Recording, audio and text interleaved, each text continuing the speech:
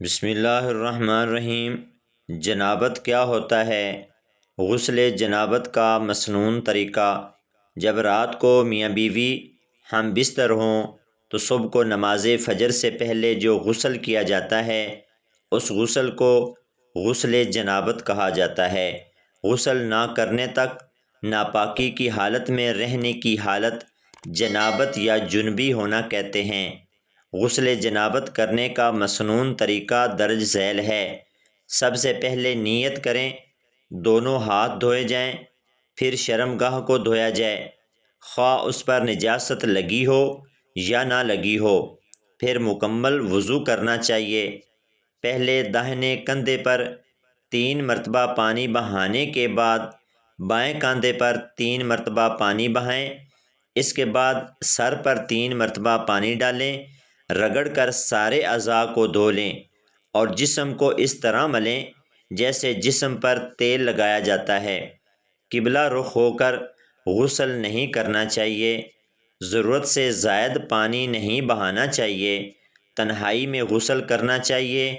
اگر غسل خانے میں پانی جمع ہو جاتا ہو تو غسل کرنے کے بعد وہاں سے تھوڑا ہٹ کر اپنے پاؤں کو پاک کرنا چاہیے۔ اگر کسی عورت کی چوٹی پہلے سے بندھی ہوئی ہو اور اسے غسل جنابت کی ضرورت پیش آ جائے تو اس پر چوٹی کھولنا لازم نہیں، بلکہ بالوں کی جڑوں تک پانی پہنچانا کافی ہوگا۔ لیکن اگر بال پہلے ہی سے کھلے ہوئے ہوں تو اب تمام بالوں کو دھونا لازم ہوگا۔ اگر کسی مرد نے شوقیہ لمبے بال رکھ کر چوٹی باندھ رکھی ہو تو غسل جنابت کے لیے اس چوٹی کو کھولنا واجب ہوگا۔ محض بالوں کی جڑوں کو تر کرنا کافی نہیں ہوگا۔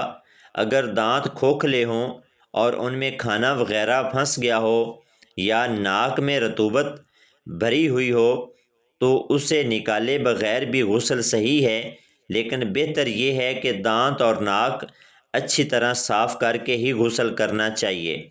اگر ناک میں رطوبت سوکھ کر چپک گئی ہے یا ناخنوں میں آٹا بھر کر سوکھ گیا ہے یا بدن پر کوئی چیز لگی ہے یا جو کھال تک پانی پہنچنے میں رکاوٹ ہے تو ان چیزوں کو صاف کیے بغیر غسل درست نہیں ہوگا۔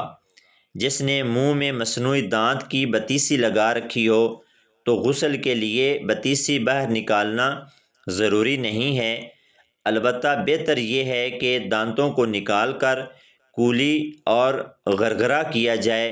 اگر دانتوں کو ہلنے کی وجہ سے ان کو سونے چاندی وغیرہ کے تاروں سے باندھ دیا گیا ہو یا کھوکھلے دانتوں میں مسالہ بھر دیا گیا ہو تو ان کو نکالنا غسل کے لیے ضروری نہیں ہے۔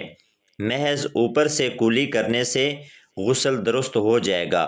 تنہائی میں جہاں دوسروں کی نظر پڑنے کا خطرہ نہ ہو ننگے ہو کر غسل کرنا درست ہے، تاہم اس وقت بھی تہہ بند وغیرہ باندھ کر غسل کریں تو زیادہ بہتر ہے۔ غسل خانہ اگر کچا ہے اور اس میں پانی جمع ہو جاتا ہو تو وہاں پیشاب کرنا مکروہ تحریمی ہے۔ احادیث طیبہ میں اسے نسیان اور آسیب کا سبب بتایا گیا ہے۔ غسل خانہ اور بیت الخلاء میں بلا ضرورت بات چیت نہیں کرنی چاہیے، لیکن اگر ضرورت پڑ جائے تو بات چیت کی اجازت ہے۔ مثلاً کسی ضروری بات کا جواب دینا ہو تو یہ منع نہیں ہے۔ ناف کے سوراخ کے اندر پانی بھر جانا غسل کی تکمیل کے لیے ضروری ہے۔ غسل کے شروع میں باقاعدہ وضو کرنا مسنون ہے، لیکن اگر وضو کے بغیر غسل کر لیا جائے اب بعد میں وضو کی ضرورت باقی نہیں رہتی، اسی لیے کہ تمام اعضاء پر پانی پہنچ جانے کی وجہ سے طہارت کبریٰ کے ساتھ ساتھ طہارت صغریٰ بھی حاصل ہو جاتی ہے۔ نماز جمعہ اور عیدین کے لیے غسل کرنا مسنون ہے، اور یہ سنت صحیح قول کے مطابق نماز سے قبل غسل کرنے ہی سے حاصل ہو جاتی ہے۔ اگر عید اور جمعہ ایک ہی دن پڑے جائیں اور اس روز غسل جنابت کی بھی ضرورت ہو تو ایک ہی غسل سے جمعہ اور عید کی سنت بھی ادا ہو جائے گی، لیکن ثواب کے حصول کے لیے سب کی نیت کرنا ضروری ہے۔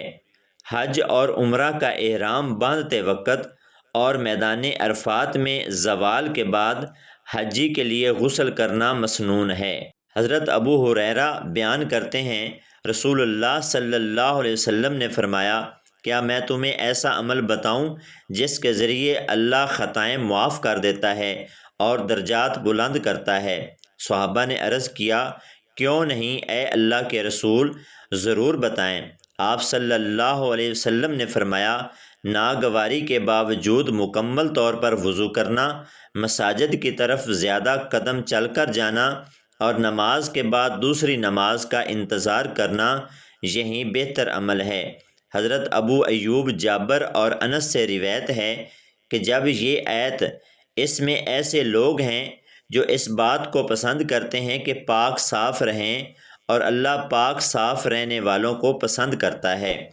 رسول اللہ صلی اللہ علیہ وسلم نے فرمایا، انصار کی جماعت، اللہ نے پاکیزگی کے بارے میں تمہاری تعریف کی ہے، تمہاری پاکیزگی کیا ہے؟ انہوں نے عرض کیا، ہم ہر نماز کے لیے وضو کرتے ہیں، غسل جنابت کرتے ہیں اور پانی سے استنجا کرتے ہیں۔ تو آپ صلی اللہ علیہ وسلم نے فرمایا، پس یہی وجہ ہے، چنانچہ تم اس کی پابندی کرو۔ رسول اللہ صلی اللہ علیہ وسلم نے فرمایا، تم میں سے کوئی اپنے غسل خانے میں پیشاب نہ کرے، پھر وہ اس میں غسل کرے یا وضو کرے، کیونکہ زیادہ تر وسوسے اسی پیشاب سے ہوتے ہیں۔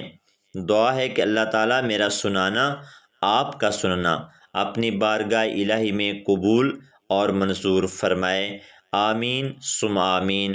محترم ناظرین، اگر ویڈیو آپ کو پسند آئی ہو تو کومنٹ سیکشن میں اللہ تعالیٰ کے 99 ناموں میں سے ایک نام ضرور ٹائپ کریں۔